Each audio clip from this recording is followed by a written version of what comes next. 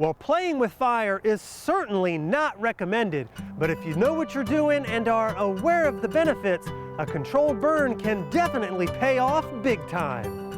Okay, Yeah, you're gonna take your engine and you're gonna take yours down to 10. We're gonna leave ours out and then walk down. The Nature Conservancy is getting ready to play with fire. They've teamed up with the Maryland DNR, U.S. Fish and Wildlife, and the Maryland and Chesapeake Conservation Corps to do a little work at the Plum Creek Preserve outside of Mardella.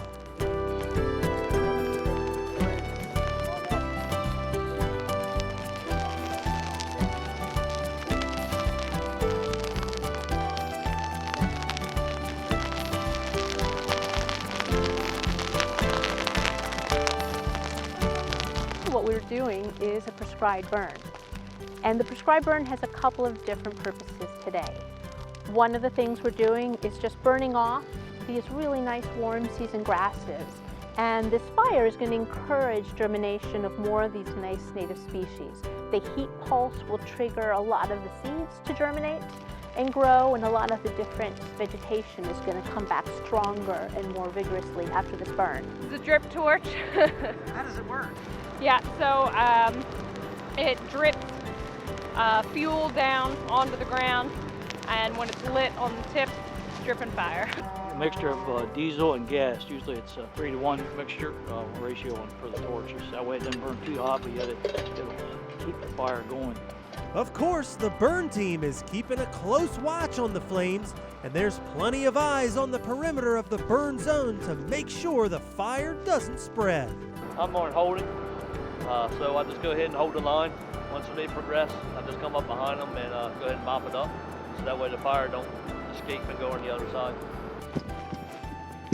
Now that we know the fire is under intense supervision, it's a good time to point out that the use of controlled or prescribed burns is nothing new. So fire is a natural process. There's always been fire, just like we've always had rain. We'll always have fire. It's just a matter of whether or not it's fire in the right place at the right time. Historically, Native Americans used to set fires in these systems probably every 3 to 5 years. But what's happened is we've been suppressing those fires. So we've altered the systems. But conditions have to be just right before any drip torches are fired up. So when we do these control burns, we pick just the right conditions. We make sure that there's not too much wind, that the relative humidity is just right, so we can get the benefits of the fire, which is this heat pulse that encourages the germination of a lot of the native plants. It burns off the thatch, it burns off a lot of the fuels that have built up. It opens up the soil so a lot of the native species can return. So what we're doing is we're returning this natural process that used to occur regularly, so that a lot of the associated animals and plants and different organisms will return as well. Not only will the fire improve this habitat, the Nature Conservancy is also working on a little experiment that will hopefully benefit from the burn.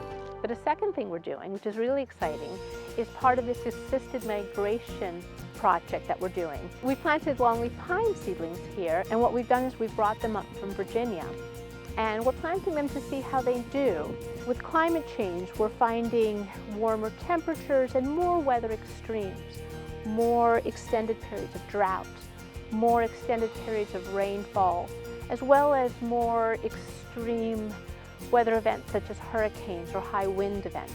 And longleaf pines are really well adapted to those extreme weather events. So by bringing in species from further south, we're hoping to ensure the resiliency of the system that we've got here, because we know that these longleaf pine trees can withstand these hotter temperatures. We're really hoping to learn how these trees do, how the associated species do, and see what happens. You know, when you're working in these natural systems, every day is a lesson. Every day is different, and the plant communities will kind of guide us towards what we're working towards. Since the longleaf pine can take 50 to 100 years to reach maturity, the Nature Conservancy says they're in this for the long haul.